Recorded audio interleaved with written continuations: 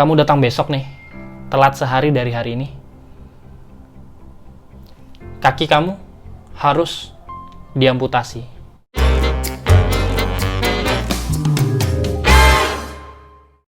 Halo masyarakat online semuanya, Shalom. Hari ini aku akan membagikan video yang berbeda dari video-videoku yang biasanya. Karena hari ini aku akan memberikan kesaksian yang bisa jadi renungan untuk setiap kita, dan aku juga mau sharing di sini buat kalian semua bahwa dalam kehidupan kita saat ini sampai kapanpun Tuhan selalu menyertai kehidupan kita. Itu dia poin pentingnya. Dan kesaksian ini berawal di tahun 2010. Nah, 2010 itu aku di Penajam ya, teman-teman. Jadi sebelumnya aku lahir di Batam dan aku besar di Batam. Aku menyelesaikan studiku sampai SMP di Batam. Lalu ketika di Batam, almarhum bapakku, itu kita mengalami yang namanya krisis ekonomi ya guys. Jadi waktu itu aku dipindahkan ke Kalimantan, karena di Kalimantan waktu itu dikenal biayanya nggak terlalu mahal ya, katanya pada saat itu, dan aku sekolah negeri ya. Nah, ketika aku di Penajam itu tahun 2007 atau 2008, aku SMA, sekolah di sana. Singkat cerita, ketika aku berada di Penajam, aku tuh tinggal di rumah keluargaku, di rumah tanteku. Nah, ketika aku tinggal di rumah tanteku, ya pastilah ya namanya kita tinggal sama keluarga itu adalah cekcok-cekcok gitu ya kan, ribut-ribut gitu.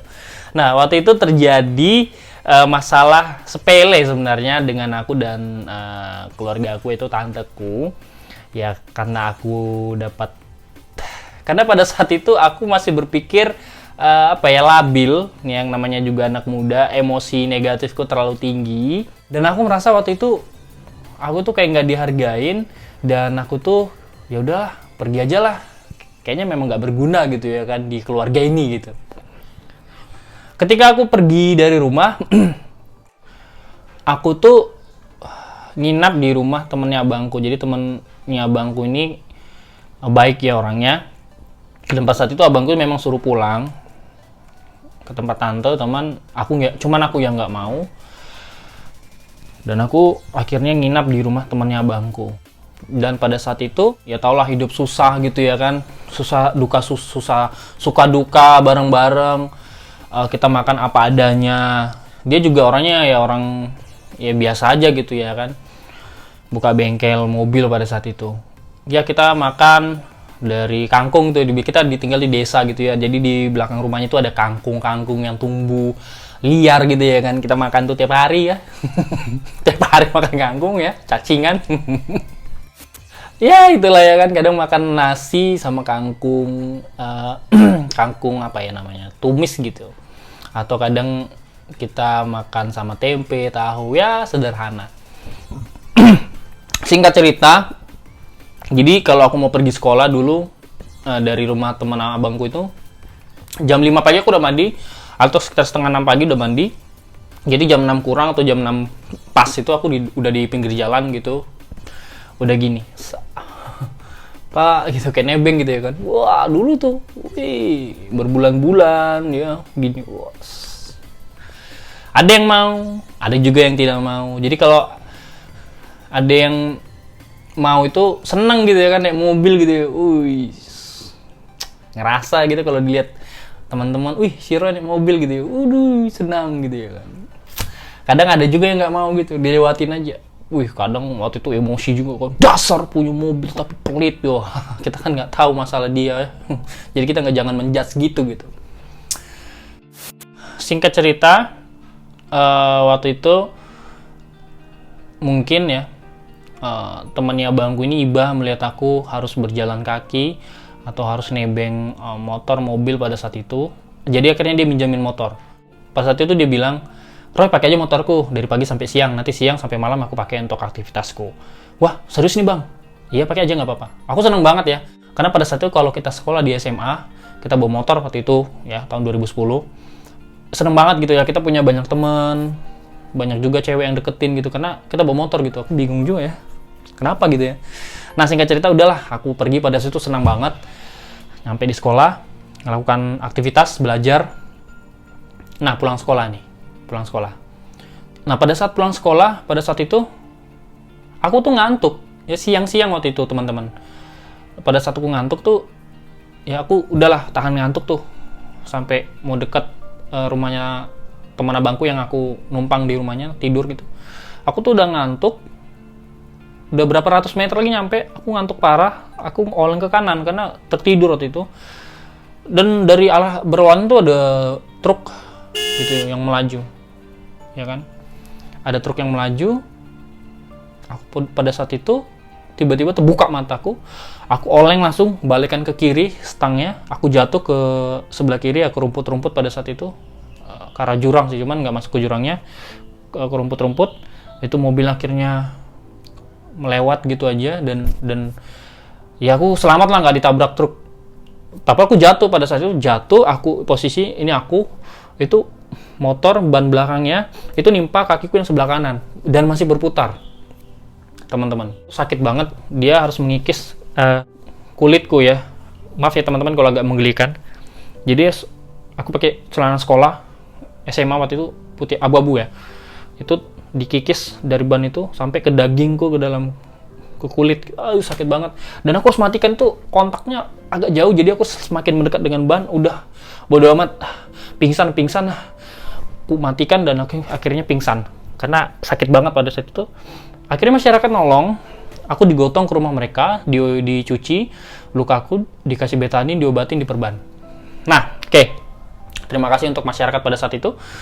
Singkat cerita, aku tuh nggak tahu medis, walaupun aku IPA waktu itu. Dan aku nggak tahu bodoh amat gitu.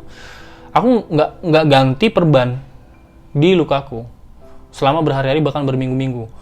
Temennya abangku ini juga mekanik gitu, jadi dia nggak terlalu inilah pusing amat lah, dia kerja pada saat itu. Dan ternyata itu dampaknya besar banget. Maaf ya sekali lagi teman-teman. Jadi pada saat itu kakiku tuh membusuk, bernanah, dan mengeluarkan bau yang tidak sedap karena udah infeksi. Nah, setelah itu aku lanjut sekolah lah, belajar seperti biasa. Namun aku udah nggak bisa berjalan normal karena kakiku ini udah sakit banget, ngilu gitu. Nah, teman-teman, kayak ngilu, nyeri, dan jalannya tuh nggak bisa normal, jadi harus digesek dikit, kayak ngesot gitu. Dan pada hari itu, setelah berminggu-minggu, itu udah baunya udah nggak sedap banget. Temanku udah risih banget dan udah ngadu ke wali kelas untuk aku pulang. Udah aku dipanggil wali kelas, menghadap kepala sekolah nyuruh aku pulang untuk berobat gitu. Ya aku nggak ceritakan masalahku. Pada saat itu aku udah nggak sama keluarga gitu, jadi udah hidup sendiri. Lalu pada saat itu pulanglah aku. Uangku waktu itu 2.000 di kantong, sisa 2.000, dan aku harus berjalan kurang lebih sekilo untuk ke gerbang keluar bukan gerbang sekolah ya, tapi keluar dari gerbang komplek itu gitu. Jadi sekitar 1 kilo. Jadi aku berjalan dengan mengesot-ngesot gitu, guys. Ya setelah aku berjalan tuh di tengah jalan, karena semakin aku nggak kuat dengan sakitnya dan semakin nggak kuat dengan beban yang aku alami pada saat itu, aku berpikir teman-temanku hilang, keluargaku udah nggak peduli, sekolah udah nggak peduli. Aku berpikir pada saat itu ya, aku berada di titik nol dan aku menangis. Aku nangis karena nggak ada yang peduli gitu. Dan satu-satunya jalan dan ke siapa waktu itu, aku harus mengadu ke Tuhan. Dan mungkin pada saat itu perkataanku agak melancang ya, kayak nggak sopan sama Tuhan. Dan harusnya nggak bilang kayak gitu. Aku bilang kayak gini, Tuhan, kalau Tuhan ada, tolong aku. Kalau Tuhan ada, help me God. Waktu itu aku nggak baca Alkitab, nggak sering-sering baca Alkitab. Dan pada saat itu juga aku nggak ibadah hari Minggu. Tapi aku berharap ada jawaban dari Tuhan. Aku menangis, berjalan sambil nangis, sambil bilang, tolong Tuhan, tolong, sakit. Lalu tiba-tiba ada hembusan angin ke tubuhku. Dan aku merasa seperti kedamaian gitu. Dan aku tahu itu Roh Kudus, teman-teman. Dan pada saat itu aku nggak tahu. Sekarang aku tahu. Dari ujung rambut sampai ujung kaki. Itu aku ngerasa tenang, nyaman, damai. Dan aku seperti nggak ada beban. Gila sih. Dan itu Tuhan.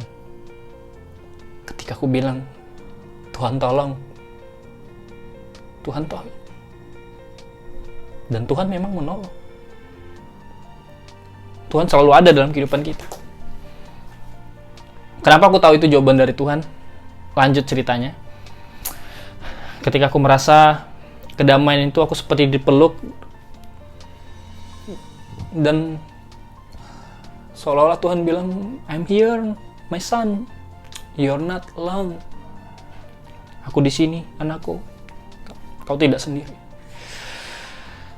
Setelah itu harusnya aku berjalan pulang nih. Tapi entah kenapa tubuhku ini harus berjalan ke rumah sakit yang memang nggak jauh dari tempat di mana aku berjalan kaki. Aku jalan ke rumah sakit. Aku nggak punya uang, aku nggak punya KTP pada saat itu. Tapi kenapa aku harus ke rumah sakit? Aku bingung. Ternyata Tuhan yang bawa. Ada apa? Kenapa aku harus ke rumah sakit? Oke, singkat cerita aku ke rumah sakit, dan sampai sekarang aku nggak tahu aku ngomong apa ya kepada orang rumah sakit. Aku tahu Tuhan yang berbicara kepada mereka melalui mulutku. Tuhan menolong. Aku pengen banget ketemu dokter yang waktu itu menyelamatkan kakiku ya. Sekarang aku nggak tahu karena itu kejadiannya tahun 2010, 10 tahun yang lalu. Udah, singkat cerita operasi kecil aku menangis ya. Setelah operasi aku dikasih minuman dingin supaya tenang, katanya masa udah gede nangis gitu ya. Udah, setelah itu aku duduk, datang dokternya. Oke, dokternya datang. Dokternya bilang gini, Roy? Iya dokter. Kamu harus bersyukur. Kenapa dokter? Kalau saja kamu datang besok nih, telat sehari dari hari ini, kaki kamu harus diamputasi. Mohon maaf.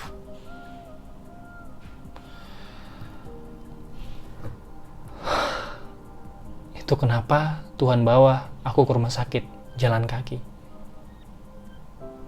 Cara Tuhan itu di luar yang kita duga. Dan aku nggak tahu kenapa aku harus ke rumah sakit detik itu. Supaya aku nggak diamputasi. Dan hari ini teman-teman bisa lihat aku bisa berjalan, loncat, berlari. Itu karena pertolongan Tuhan 10 tahun yang lalu. Pertolongan Tuhan kemarin. Pertolongan Tuhan hari ini. Besok. Dan sampai selama-lamanya. Aku tetap mengucap syukur. Dan kita harus tetap mengucap syukur. Siapapun kita, apapun jabatan kita, apapun yang kita miliki, tetap mengucap syukur kepada Tuhan. Dan kita butuh Tuhan. Setiap hari.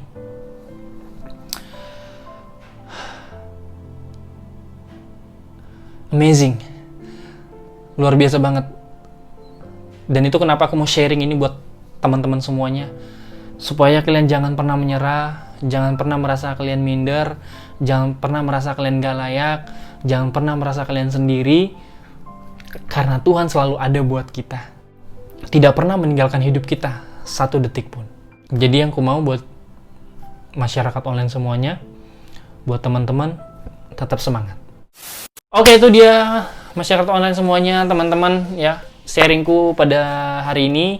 Aku berharap ini bisa memberkati kalian, dan kalian jangan lupa untuk share ke grup keluarga kalian, ke teman-teman kalian untuk saling memberkati. Oke? Dan pastinya buat teman-teman, aku akan berikan video renungan kayak gini, renungan kesaksian juga untuk kalian semua. Jadi buat kalian kalau misalnya kalian punya cerita nih, kalian ada kesaksian hidup bersama Tuhan, kalian bisa DM aja. Kalau kalian nggak mau disebutkan namanya, nanti aku akan bacakan juga, ceritakan juga di video di YouTubeku, dan akan kutambahi dengan renungan-renungan yang pastinya akan memberkati. Oke? Jangan lupa di @bangroyan di Instagramku, langsung aja di DM. Dan itu dia, terima kasih buat teman-teman sekali lagi. Tetap sehat semuanya, tetap diberkati, dan sampai jumpa di videoku selanjutnya. God bless you!